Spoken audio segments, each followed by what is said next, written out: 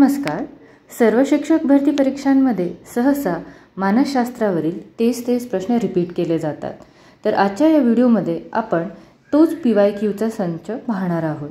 तर पहिला प्रश्न, विद्यार्थ्यांच्या सक्रिय सहभागाला प्रोत्साहन देण्यासाठी शिक्षकाने खालीलपैकी कोणती पद्धत वापरायला हवी? तर त्याचे उत्तर आहे विद्यार्थ्यांना नियमित प्रश्न विचारणे आणि त्या टॉपिकवरती चर्चाही करणे. दुसरा प्रश्न, लहान मुलांना शिकवण्यासाठी खालीलपैकी कोणती पद्धत अधिक प्रभावी आहे? उच्च स्तरावरील संकल्पना स्पष्ट करणे, खेळ आधारित शिक्षण घेणे, पाठांतर करणे किंवा लेखी परीक्षा घेणे. तर आहे खेळ आधारित शिक्षण. तिसरा प्रश्न, शिक्षकाने विद्यार्थ्यांशी संवाद साधताना खालीलपैकी कोणती गोष्ट महत्त्वाची आहे? फक्त तोंडी सूचना देणे, विद्यार्थ्यांच्या भावनांची कदर करणे, स्वतःच्या मतावर ठाम राहणे की इतर शिक्षकांबद्दल नकारात्मक बोलणे. तर आहे विद्यार्थ्यांच्या भावनांची कदर करणे, कारण फक्त तोंडी सूचनांनी उपयोग होत नाही किंवा फक्त आपल्या मतांवर ठाम राहणे ही विद्यार्थ्यांची इन्व्हॉल्वमेंट वाढवत नाही आणि इतर शिक्षकांबद्दल नकारात्मक बोलणे हे तर शिक्षक धर्मात बसत नाही. विद्यार्थ्यांमध्ये जिज्ञासा वाढवण्यासाठी शिक्षकाने काय केलं पाहिजे? पाठातील सर्व माहिती स्पष्टपणे सांगितली पाहिजे. विद्यार्थ्यांना प्रश्न विचारण्यास आणि स्वतःहून उत्तर शोधण्यासाठी प्रोत्साहित केलं पाहिजे. नियमित गृहपाठ दिला पाहिजे की फक्त पाठ्यपुस्तकावर आधारित शिक्षण दिलं पाहिजे.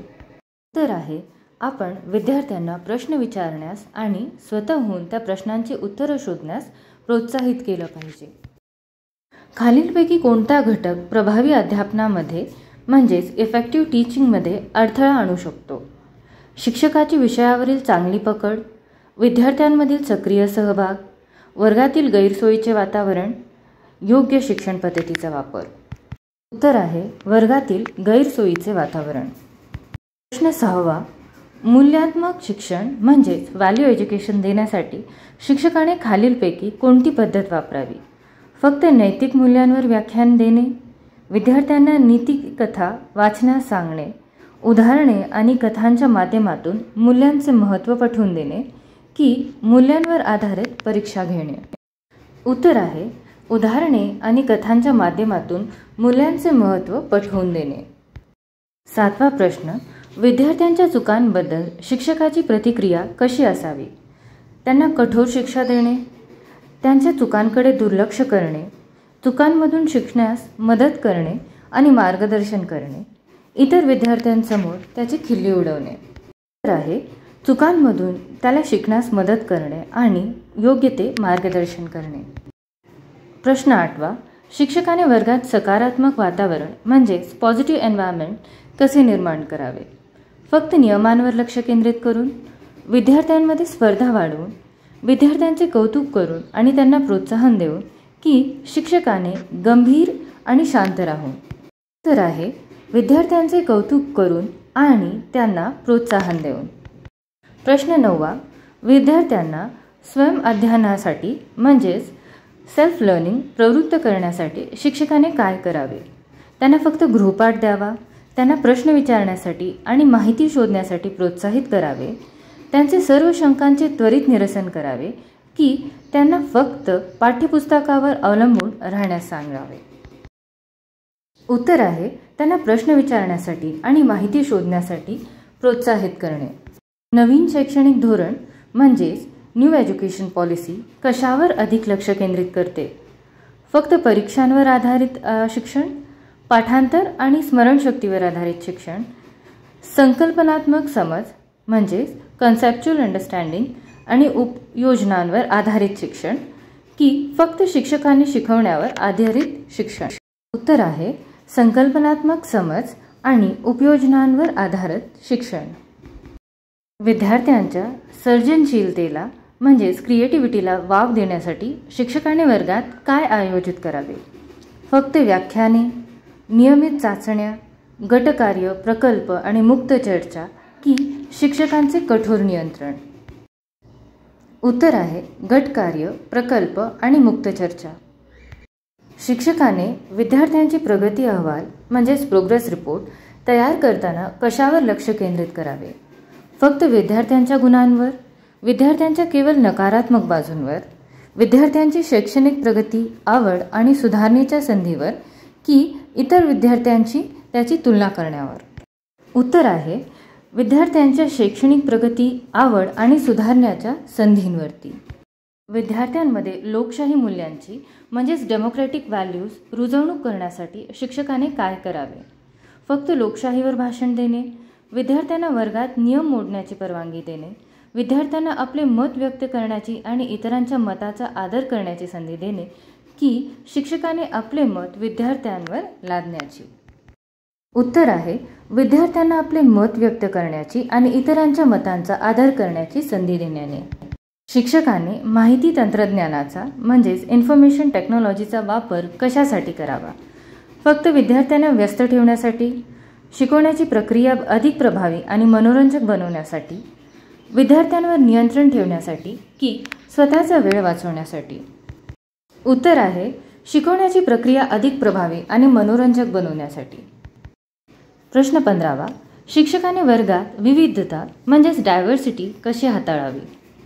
सर्व विद्यार्थ्यांची सारखेच वर्तन करून, फक्त हुशार विद्यार्थ्यांवर लक्ष केंद्रित करून, प्रत्येक विद्यार्थ्याच्या गरजा आणि पार्श्वभूमीचा आदर करून त्यानुसार शिकवून, किंवा ज्या विद्यार्थ्यांमध्ये फरक आहे त्यांना वेगळे बसवून? आणि उत्तर आहे प्रत्येक विद्यार्थ्याच्या गरजा आणि पार्श्वभूमीचा आदर करून त्यानुसार शिकवण्यात. प्रश्न 16वा. शिक्षकाची भूमिका विद्यार्थ्यांच्या जीवनात कशा प्रकारची असावी? फक्त माहिती देणारी, फक्त आदेश देणारी, मार्गदर्शक, मित्र आणि प्रेरणा देणारी, की फक्त मूल्यमापन करणारी? उत्तर आहे शिक्षकाने नेहमी एक मार्गदर्शक, मित्र आणि एक प्रेरणा स्रोत म्हणून राहावे. प्रश्न 17वा. विद्यार्थ्यांमध्ये सहकार्याची भावना म्हणजेच कोऑपरेटिव्ह स्पिरिट विकसित करण्यासाठी शिक्षकाने काय करावे? त्यांना स्वतंत्रपणे काम करण्यास सांगावे, त्यांच्यात स्पर्धा निर्माण करावी, त्यांना गटांमध्ये काम करण्याची संधी द्यावी आणि सामूहिक प्रयत्नांचे महत्त्व सांगावे, की जे विद्यार्थी चांगले काम करतात फक्त त्यांचेच कौतुक करावे? आणि याचं उत्तर आहे त्यांना गटांमध्ये काम करण्याची संधी द्यावी आणि सामूहिक प्रयत्नांचे महत्त्व सांगावे. प्रश्न 18वा. शिक्षकाने विद्यार्थ्यांच्या व्यक्तिमत्वाचा म्हणजेच पर्सनॅलिटीचा विकास कसा करावा? फक्त त्यांच्या अभ्यासावर लक्ष केंद्रित करून, त्यांना कठोर नियमांचे पालन करण्यास सांगून, त्यांच्यातील आत्मविश्वास, आत्मसमर्पण आणि सामाजिक बांधिलकी यांसारख्या गुणांना प्रोत्साहन देऊन, की त्यांच्या आवडीनिवडींकडे दुर्लक्ष करून? उत्तर आहे त्यांच्यातील आत्मविश्वास, आत्मसमर्पण आणि सामाजिक बांधिलकी यांसारख्या गुणांना प्रोत्साहन देऊन.